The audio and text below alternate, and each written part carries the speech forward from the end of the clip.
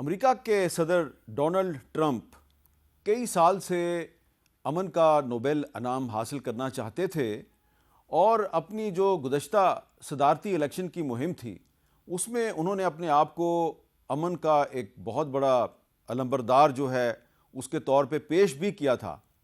لیکن جب سے ڈونلڈ ٹرمپ امریکہ کے دوسری مرتبہ صدر بنے ہیں ایسا لگتا ہے کہ وہ دنیا کے مختلف حصوں میں نت نئی جنگیں چھیڑ کر اور ایک نیا ریکارڈ قائم کرنے کی. ڈونلڈ ٹرمپ نے حال ہی میں وینزویلا پر حملہ کیا. وینزویلا کے جو صدر ہیں نیکولس مادورو ان کو گرفتار کر کے ان کو ہیلی کاپٹر میں بٹھا کر امریکہ لائے اور نیو یارک کی ایک عدالت میں ان کو پیش بھی کیا ہے.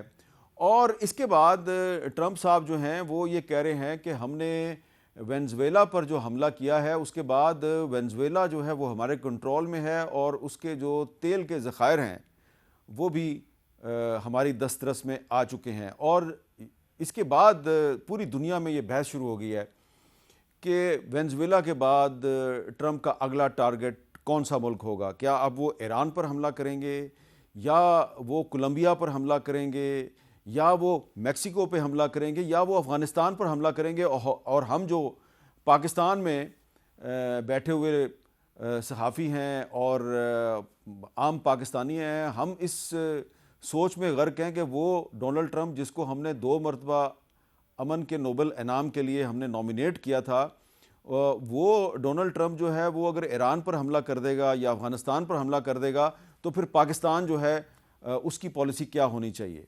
تو جو آج کا پروگرام ہے اس کے شروع میں ہم سب سے پہلے آپ کو بتاتے ہیں کہ ڈونلڈ ٹرمپ جب اپنی الیکشن کمپین چلا رہے تھے تو وہ اب ایک امن کے دائی کے طور پہ کیسے پیش کر رہے تھے.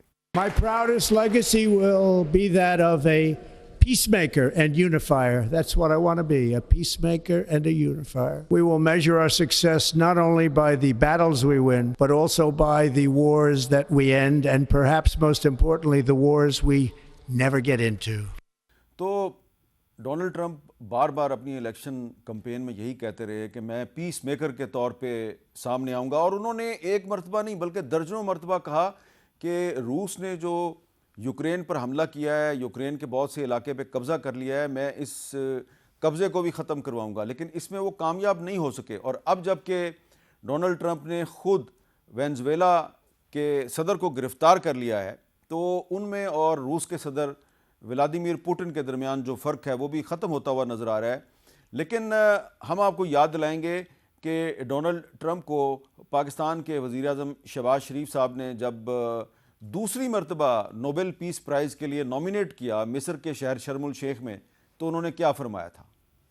I would say that Pakistan had nominated President Donald Trump for Nobel Peace Prize for his outstanding, extraordinary contributions to first stop war between India and Pakistan and then achieve ceasefire along with his very wonderful team. And today again I would like to nominate this great president for Nobel Peace Prize because I genuinely feel that he is the most genuine and most wonderful candidate for Peace Prize.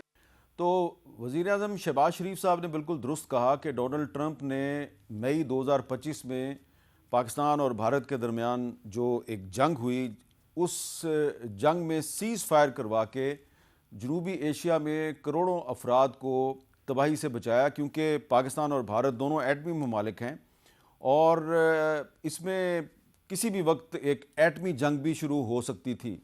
تو اس لیے شہباز شریف صاحب نے پہلے ان کو 2025 میں جو پاکستان بھارت کے درمیان سیز فائر ہوا اس کی وجہ سے نامینیٹ کیا نوبل پیس پرائز کے لیے. بعد میں ان کو غزہ امن پلان کا اعلان کرنے پہ نوبل پیس پرائز کے لیے نامینیٹ کیا. لیکن ڈونلڈ ٹرمپ جو ہیں وہ غزہ امن پلان کو آگے نہیں بڑھا سکے اور اس کو اناؤنس کرنے کے کچھ عرصے کے بعد انہوں نے جو وینزویلا میں کیا تو اس پر اب پوری دنیا میں یہ بحث ہو رہی ہے کہ یہ تو ڈونلڈ ٹرمپ صاحب جو ہیں وہ دنیا کو تیسری عالمی جنگ کی طرف دھکیل رہے ہیں اور خود امریکہ میں ان پر بڑی تنقید ہو رہی ہے. وہاں پہ مظاہرے ہو رہے ہیں اور امریکی کانگریس اور سینٹ کے جو بہت سے ارکان ہیں وہ یہ کہہ رہے ہیں کہ ڈونلڈ ٹرمپ نے جو وینزویلا میں کیا ہے یہ انٹرنیشنل لاء کی خلاف ورزی ہے، اور اس سلسلے میں جو یو این چارٹر ہے اس کی ایک سیکشن 2 کی سب کلاس 4 ہے، اس پر بڑی بات ہو رہی ہے۔ میں وہ پڑھ دیتا ہوں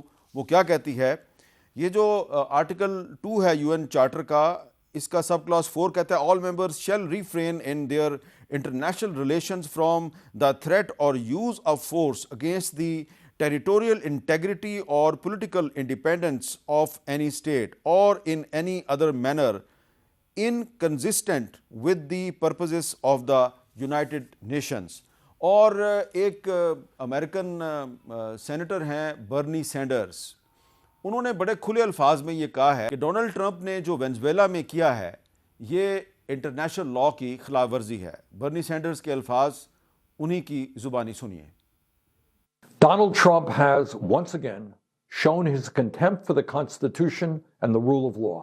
Let's be clear. The President of the United States does not have the right to unilaterally take this country into war, even against a corrupt and brutal dictator like Maduro. تو یہ ڈونلڈ ٹرمپ نے پہلی دفعہ international law کی خلاف ورزی نہیں کی، دوسری مرتبہ امریکہ کا صدر بننے کے بعد انہوں نے بہت سے ممالک پر حملے کیے۔ اگر ہم صرف پچھلے ایک سال کا جائزہ لیں کہ پچھلے ایک سال میں ڈونلڈ ٹرمپ نے دنیا کے کون کون سے ملک پر بمباری کی اور کہاں کہاں پر انہوں نے ڈرون سٹرائکس کی، کہاں پر اپنے جو جنگی جہاز ہیں ان کے ذریعے بمباری کی، اور آخری تو وینزویلا ہے۔ لیکن اس سے پہلے 2024 اور 2025 میں وہ کیا کیا کرتے رہے، اس کی بھی تفصیل جو ہے وہ کافی پریشان کن اور تشویشناک ہے۔ اور 2025 کا آغاز جو ہے وہ یمن سے انہوں نے کیا تھا۔ یمن میں سب سے پہلے ڈونلڈ ٹرمپ نے آپریشن رف رائڈر کے تحت جو حوثی باغی ہیں ان کے ٹھکانوں پر حملے کیے، اس میں سینکڑوں افراد مارے گئے۔ پھر انہوں نے 2025 میں ایک دفعہ نہیں کئی مرتبہ صومالیہ پر انہوں نے حملے کیے جن کی تعداد 111 کے قریب ہے، اور یہاں پر بھی بچوں سمیت بڑی تعداد میں عام شہری مارے گئے۔ پھر انہوں نے 2025 میں مارچ کے مہینے میں عراق کے صوبے الانبار پر بمباری کی۔ 22 جون کو انہوں نے ایران پر بمباری کی۔ اس سے پہلے اسرائیل جو ہے وہ ایران پر اٹیک کر چکا تھا، اس میں ڈونلڈ ٹرمپ بھی شامل ہو گئے۔ پھر انہوں نے دسمبر کے مہینے میں شام کے کچھ علاقوں پر بھی بمباری کی اور کہا کہ جی ہم نے داعش کے 70 ٹھکانوں پر حملہ کیا ہے۔ اسی طرح 2025 میں انہوں نے نائجیریا میں بھی حملہ کیا اور دعویٰ کیا کہ انہوں نے داعش کے خلاف کارروائی کی ہے۔ اور پھر اس کے بعد 2026 میں 3 جنوری کو انہوں نے یعنی کہ 2026 کے پہلے ہی ہفتے میں انہوں نے وینزویلا پر حملہ کر دیا ہے۔